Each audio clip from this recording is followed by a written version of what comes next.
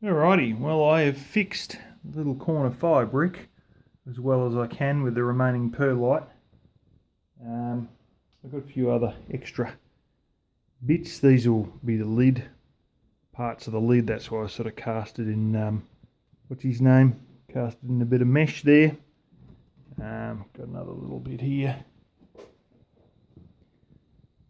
This is a vermiculite mix. This probably won't show because it didn't a second ago, but oh, there you go. Anyway, you can look up vermiculite. Now, I use the remainder of the perlite mix, which isn't the best mix because it's strong. Oh, it's strong. It's your stereotypical looking, it looks like polystyrene. And the back of this you can see is vermiculite mix.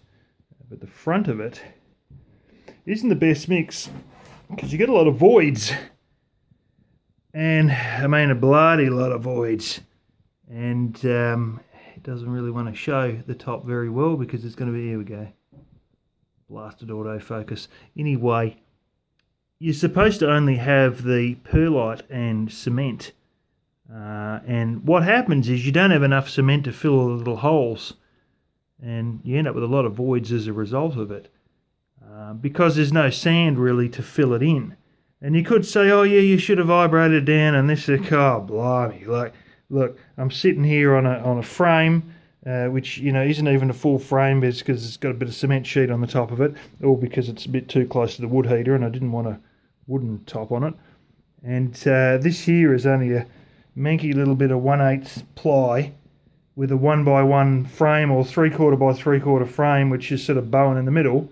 There wasn't much room for vibration, trust me.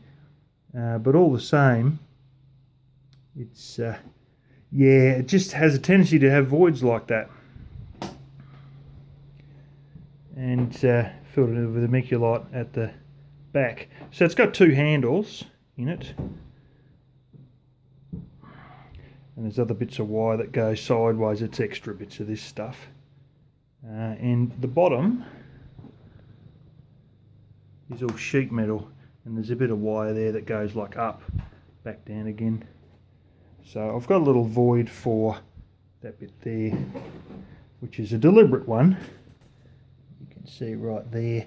That's because of the way the door, it's to do with the door latch, needs a little bit of a hole there. So I'm pleased about that. It's a bit more big and cumbersome than I thought, but it was a bit of a circus to even make this because it's got a dip in. So I had to sort of get that as formwork and top it up with a bit of laminated MDF, 2 sheets of it in the middle, to give me this extra bit here, because if I hadn't have done that, about that point there touches the door. And then you've got a gap all around the top, so I had to make this a sort of a, you know. So it's a bit of a circus to do that with formwork.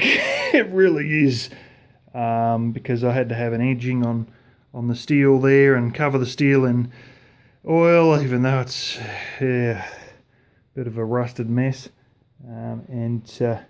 Yeah, ultimately, anyway, at the end of the day, it worked, and you can sort of see where the top piece here is sat directly on this wood, whereas we've had a little plastic edge. That's a bit of it down there that sits on the on the edge of the steel to give you a bit of a chance there to sort of create this inner side. Anyway, that's all of that. The whole show is getting very close to finished. We're just going to have to put a little bit more of this vermiculite mix on some parts of the outside, and let's face it, the outside's ultimately finished, and the inside is already finished, aside from maybe just a few little trims to close in a few holes, which are probably going to be made by little bits of plywood that are laying around and stuff like that, and maybe a floorboard, but probably not. And yeah, so ultimately I've got to move all this shit out of the way because I've got to go and do some washing now.